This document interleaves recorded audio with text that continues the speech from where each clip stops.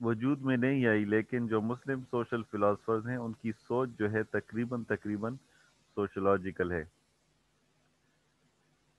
اس کے بعد المسعودی جو تھا اس نے ایک بہت بڑا زبردست میپ بنایا دنیا کا، اور سارے جو کلچرز ہیں دنیا میں تو ان کو ڈسکرائب کیا، اور ایون اس نے یہ بھی کہا کہ ہو سکتا ہے کہ ایک بہت بڑا بر اعظم ہو امریکاز، یعنی اس وقت امریکہ، نارتھ امریکہ اور ساؤتھ امریکہ دریافت نہیں ہوتے، لیکن اس نے جو ہے اس کو شک تھا کہ ضرور کچھ اس طرح بڑا بر اعظم ضرور ہو گیا مغرب کی طرف، ٹھیک ہے۔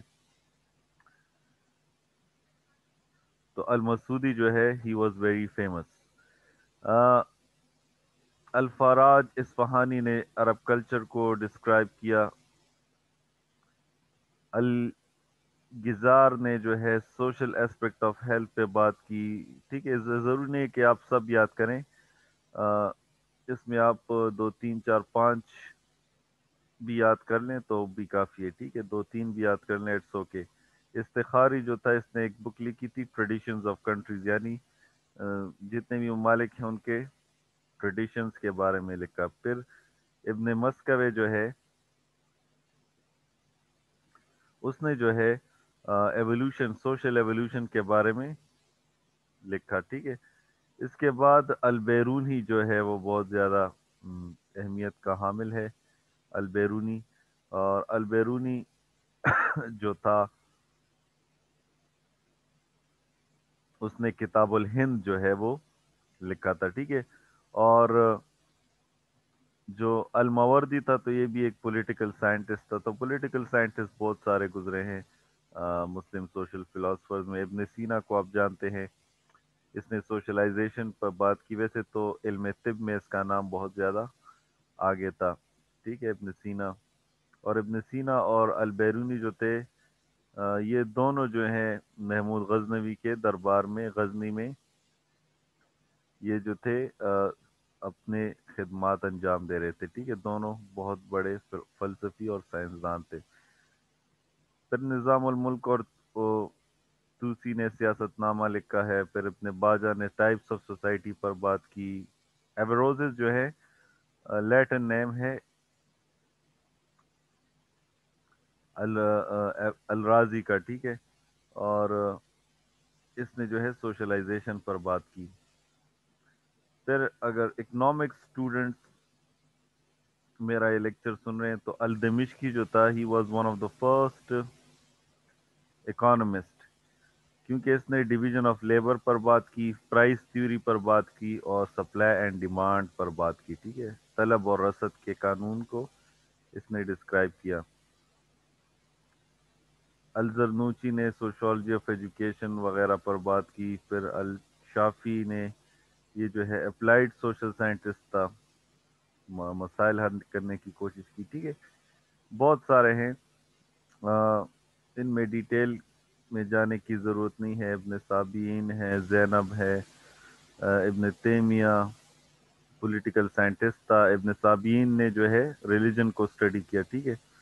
اس کے علاوہ زینب جو تھی وہ ایک سوشل ورکر تھی۔ ابن الخاطر غرناطہ کا جو تھا وہ یہ بھی ایک پولیٹیکل سائنٹسٹ تھا، اور یہ جو ہے مسلم اسپین کا آخری فلسفی تھا، ٹھیک ہے۔ اس کے بعد اسپین جو ہے یہ عیسائیوں کے قبضے میں چلا گیا، ٹھیک ہے، ریکونکویسٹا ہو گیا، it became Christian again and the Muslim were expelled from Spain.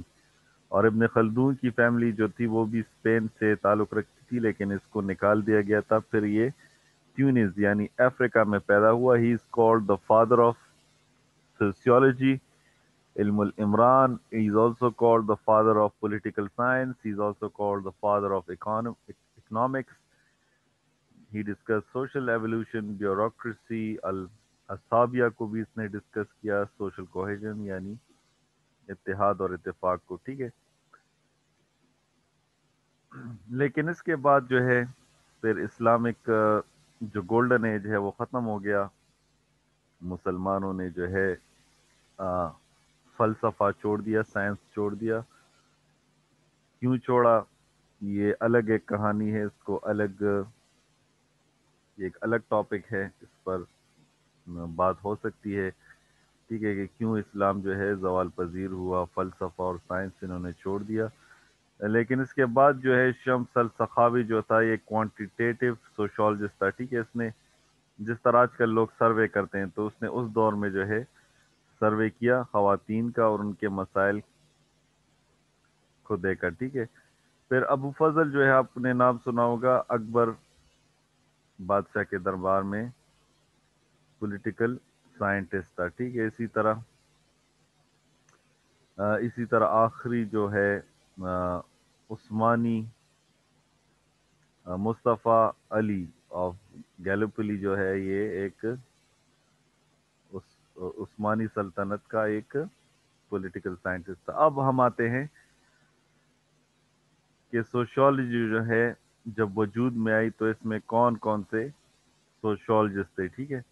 تو یہاں پر میں شارٹ سا وقفہ لیتا ہوں، and we'll come back with another video. Thank you very much.